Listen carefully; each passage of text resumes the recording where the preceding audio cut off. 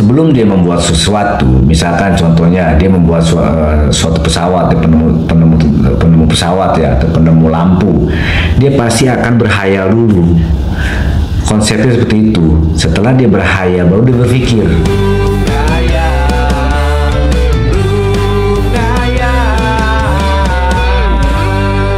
Jangan lupa di subscribe ya. Oke, kembali lagi di Room Ngayal.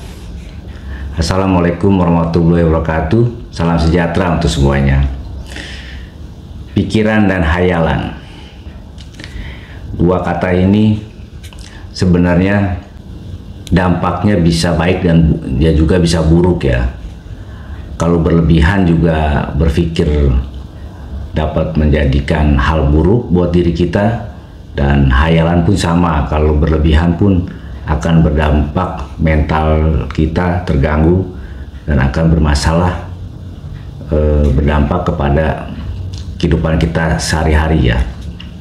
Saya mau jelaskan dulu teman-teman, apa itu pikiran, yang dimaksud dengan pikiran, apa yang dimaksud dengan hayalan. Pikiran itu adalah proses menggunakan akal yang di dalamnya termasuk ide-ide dan konsep-konsep dalam berpikir. Dan pikiran ini selalu menilai, mempertimbangkan bahwa apa yang dia lihat, apa yang dia dengar itu benar atau salah.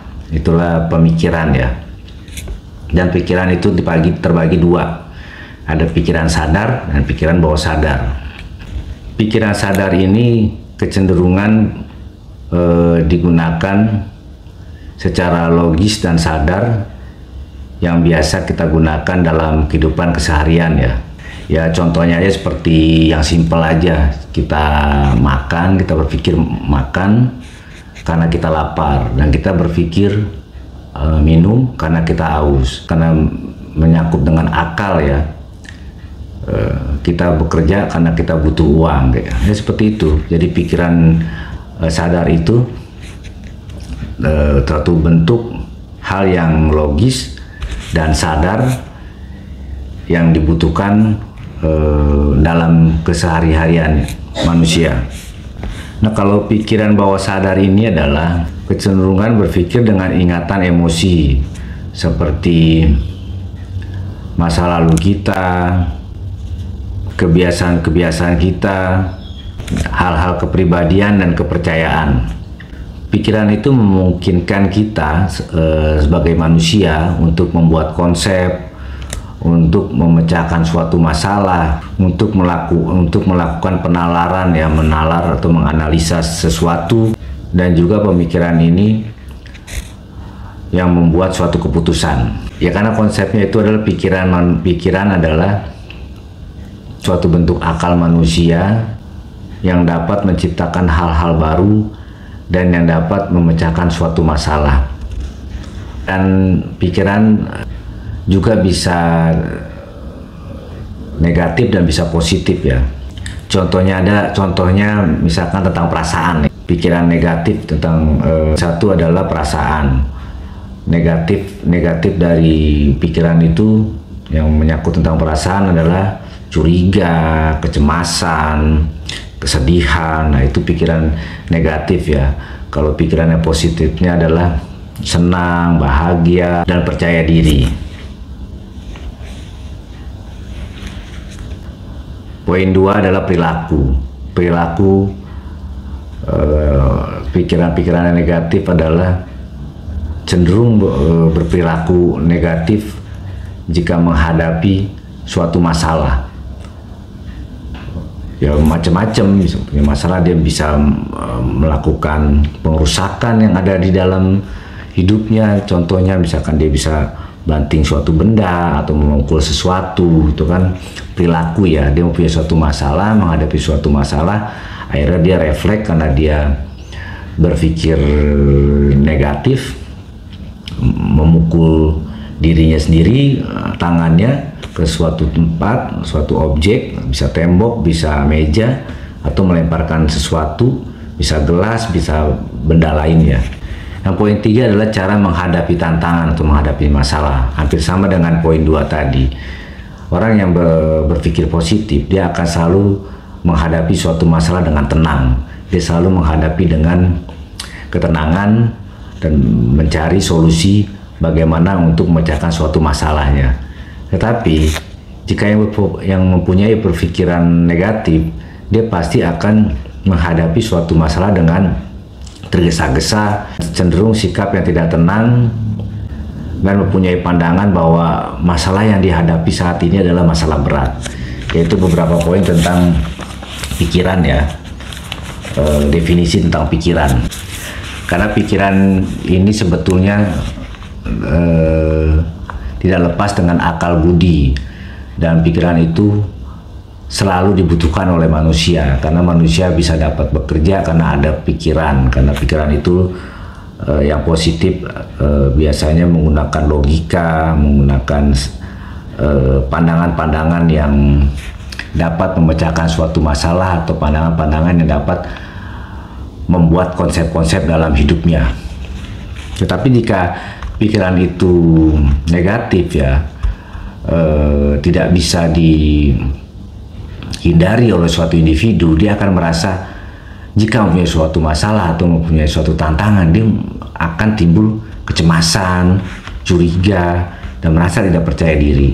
Perlu dipelajari oleh setiap individu bagaimana untuk dapat membuat tenang dalam hidupnya jika menghadapi suatu masalah atau jika menghadapi suatu tantangan dalam kehidupannya. Berhayal adalah melihat, membayangkan suatu objek yang masih diangan-angan. Dia berimajinasi, berhayal. Jadi intinya adalah berhayal adalah membuat sesuatu, melihat sesuatu yang belum terjadi, dan itu baru suatu angan-angan dalam diri dia. Dan hayalan ini tidak ubahnya dengan cita-cita menurut saya. Kenapa saya bilang gitu? Karena sesuatu yang positif yang diinginkan, jika ini hayalan yang positif ya, sesuatu yang diinginkan belum terjadi, masih dalam angan-angan, tetapi mempunyai emosional dia di situ, sehingga terjadilah suatu harapan dalam individu yang berhayal ya, hingga terbentuk support dalam diri dia untuk menggapai suatu objek tersebut, untuk menggapai suatu impiannya. Berhayal bisa menjadi mekanisme untuk mengatasi gangguan stres ya. Jadi kalau kita berhayal tuh, kalau misalkan kita tidak over dalam berhayal ya, jadi ada momen-momen tertentu memang harus kita gunakan hayalan itu untuk break ya, untuk sekedar break dalam diri kita berhayal, berimajinasi. Nah itu dapat menghilangkan stres juga. Jadi berpikir juga secara positif itu diharuskan, karena dapat menggerakkan otak kita supaya lebih cerdas. Ya seperti aja olahraga ya. Jadi pikiran juga nggak boleh terlalu berdiam diri gitu. Jadi manusia tuh harus senantiasa mengupgrade atau melatih pikiran-pikirannya supaya akalnya lebih cerdas ya, akalnya lebih dapat menangkap subjek dan objek masalah dengan bagus gitu. Nah hayalan juga sama, berhayal itu suatu respon buat diri kita, buat tubuh kita, berimajinasi yang mempunyai mekanisme di dalam tubuh kita untuk menghilangkan suatu gejala gangguan stres gitu. Jadi kan di situ ada fun ya, merasa rileks, merasa ada harapan gitu. Karena hidup itu tidak boleh terpaku dengan pikiran-pikiran, karena berpikir itu biasanya kan untuk memecahkan suatu masalah ya. Seperti kita berpikir dalam pekerjaan, berpikir pada saat kita sekolah, waktu zaman sekolah gitu, waktu saat kita sekolah itu kan perlu pikiran ya. Nah, kalau hayalan itu, imajinasi itu biasa dipakai atau digunakan untuk seorang seniman, seorang yang pembuat, penemu atau penemu karya-karya baru ya. Itu perlu. Jadinya seorang penemu biasanya saya simpulkan ya teman-teman, sebelum dia membuat sesuatu, misalkan contohnya dia membuat suatu pesawat, dia penemu pesawat ya, atau penemu lampu, dia pasti akan berhayal dulu. Konsepnya seperti itu. Setelah dia berhayal, baru dia berpikir menggunakan akal ini bagaimana dia bisa mengimplementasikan hayalan dia menjadi nyata gitu. Jadi jangan anggap remeh nih hayalan ini. Berhayal itu perlu banget, penting banget. Kalau misalkan orang-orang yang tidak tercipta sebagai penemu konsep atau menemu sains ya, atau seorang ilmuwan lah gitu, memang mungkin tidak perlu akan hayalan ya, karena mereka atau saya bukan penemu juga, sudah ada depan mata saya cuma butuhkan pemikiran, akal sehat aja. Ini pengetahuan ini logis nggak ya, pandangan-pandangan tentang filosofi ini logis nggak ya, seperti itu kan. Karena yang saya gunakan adalah cuma pikiran. Tapi sebagai seorang penemu di sini, dia bukan saja menggunakan pola pikir, tapi dia harus menggunakan hayalan. Karena hayalan-hayalan itu, imajinasi mereka, maka terciptalah suatu objek yang akhirnya kita pakai sekarang. Ya contohnya lampu, ada pesawat terbang, ada mobil, macam-macam lah. Seorang penemu pasti dia akan menggunakan hayalannya dulu sebelum dia meng-create hasil ciptaannya atau hasil hayalannya. Karena hayalan itu terbagi dua ya, berdampak positif dan berdampak negatif.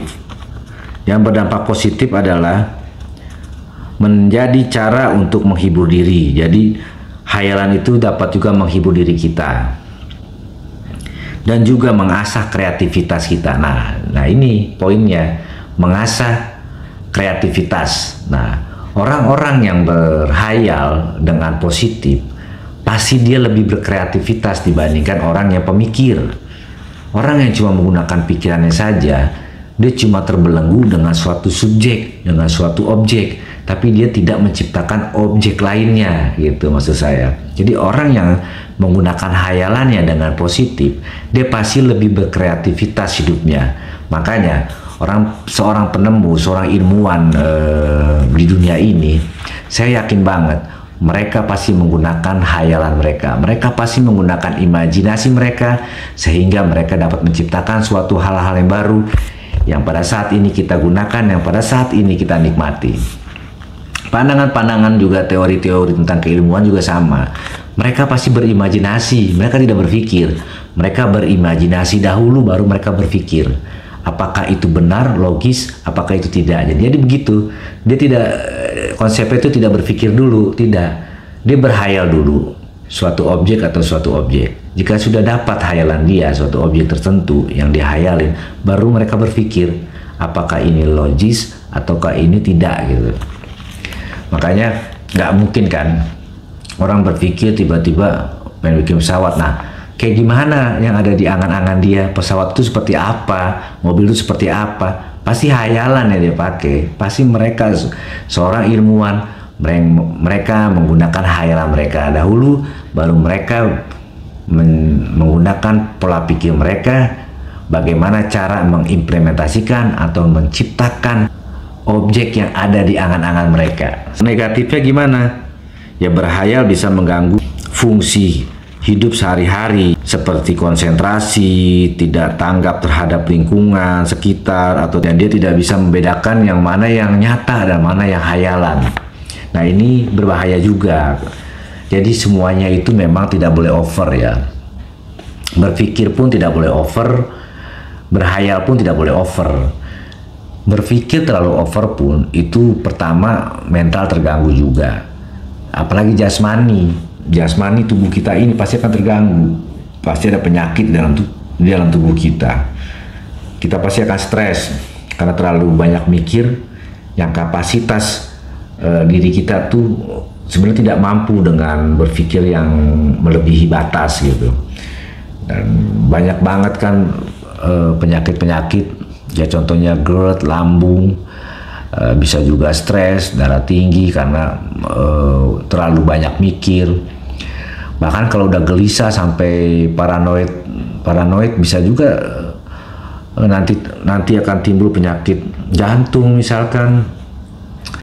Ya karena stres juga banyak bagian-bagiannya ya, ada yang disebut stresor, macam-macam di situ. Saya tidak bisa jabarkan karena bukan keahlian saya juga dalam ilmu psikiater ya. Karena biar bagaimanapun kita tuh harus mengangkat yang baiknya dibanding yang buruknya. Makanya cobalah untuk cerdas dan cobalah untuk mengkaji suatu ilmu, mengkaji suatu pengetahuan dengan baik dan juga dengan bijaksana ya. Jadi jangan terlalu over semuanya, jangan terlalu over. Gunakanlah hayalan-hayalan kita untuk dapat mencerdaskan kita, untuk dapat kita berkreasi, untuk dapat kita sukses dalam hidup ini, dan juga untuk dapat kita ambil materinya secara finansialnya gitu. Makanya banyak juga konsep-konsep di luar sana ya yang mengedepankan tentang penghapusan aura negatif dalam diri kita, membuang pemikiran-pikiran negatif dalam diri kita. Kita rilis semuanya tuh, pikiran negatif, hati yang dengki, semua kita buang semuanya, hingga nanti kita bisa mendapatkan aura-aura positif dalam tubuh kita, sehingga apa yang kita inginkan sampai materi pun yang kita inginkan kita pasti akan bisa dapat. Nah, ini ada poin penting yang saya mau bahas ya. Jadi hayalan itu tidak bisa dianggap remeh menurut saya. Karena saya menganalisa hayalan ini bukan cuman saat ini ya. Dari saya mulai remaja, saya sudah menganalisa konsep hayalan. Nanti akan saya lanjutkan kembali cerita tentang konsep-konsep hayalan saya. Saya melakukan dan saya menjalani kehidupan ini dengan konsep hayalan yang positif. Ya, semoga bermanfaat tentang definisi pikiran dan definisi hayalan. Sampai ketemu lagi di Rumngayal berikutnya. Assalamualaikum warahmatullahi wabarakatuh. Salam sejahtera untuk semuanya. Salam Rumngayal.